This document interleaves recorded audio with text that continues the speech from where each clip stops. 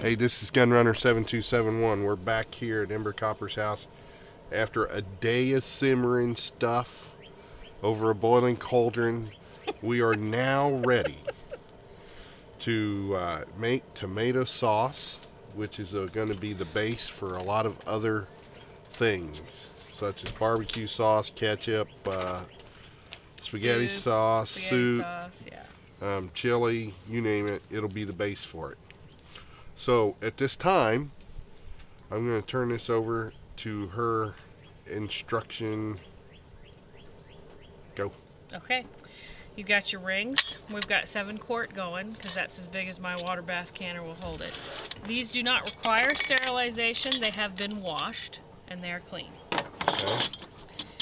This is a rubber pad that's going to help you tighten up the jars. We'll get a towel too because otherwise it'll be too hot to hold. We're going to put 9 lids, and I just because I like to be prepared in case another jar breaks. Okay. We did have a jar break earlier. We did have a jar. We have disposed of that, and you know, things happen. So it's a pretty neat toy you got there. I like my lid rack. I used to just... Where's that available at?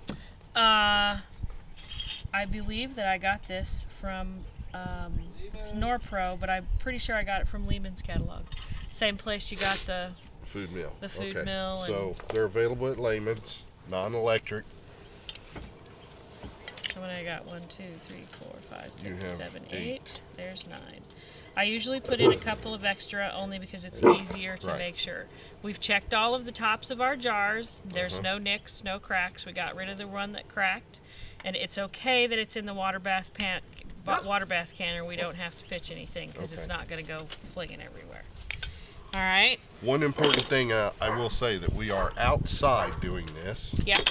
It is a warmer than average early March day. Today's the 10th of March. It's fairly warm out. So they have a double burner setup that runs on propane, and we could actually use the pressure canner and my pressure canner and her Waterbath canner at the same time. I like the idea of doing it outside because it's a lot of heat, and you know, you can do this all year round outside and keep the heat out of your house and the steam. Yeah. So the important thing, I guess, is don't go back in your house and forget about it. No, can't do that. That would be bad. Yeah. You got to plan on being out here for a while. Okay. This is your jar lifter. This is what you're going to be lifting and manipulating. You cannot squeeze. I mean, I'm sure that you could probably squeeze too tight. I can't squeeze too tight to break the jar, so you don't want it slipping. This is your funnel that you're going to put on the top of your jar to put your product in. This is my big old ladle. This is an OXO Good Grips. It's one of the biggest ladles I've found, and I really like the bigger ladles. Because it makes the product go in faster. All of these have been washed. Now, why don't you go into what you went into earlier about the lemon juice? We are going to add. We are going to add a teaspoon of kosher salt and a tablespoon of lemon juice to each jar. Now, a lot of people will get their hot jar out of the Waterbath canner and then put their refrigerator cold lemon juice in it, and a lot of times that'll crack your jar.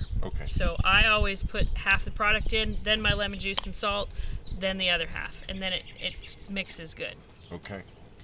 If it was just going to be the kosher salt, it wouldn't matter. We could just put it in at the bottom. Now, what kosher salt is it calling for today? A teaspoon of kosher salt per quart.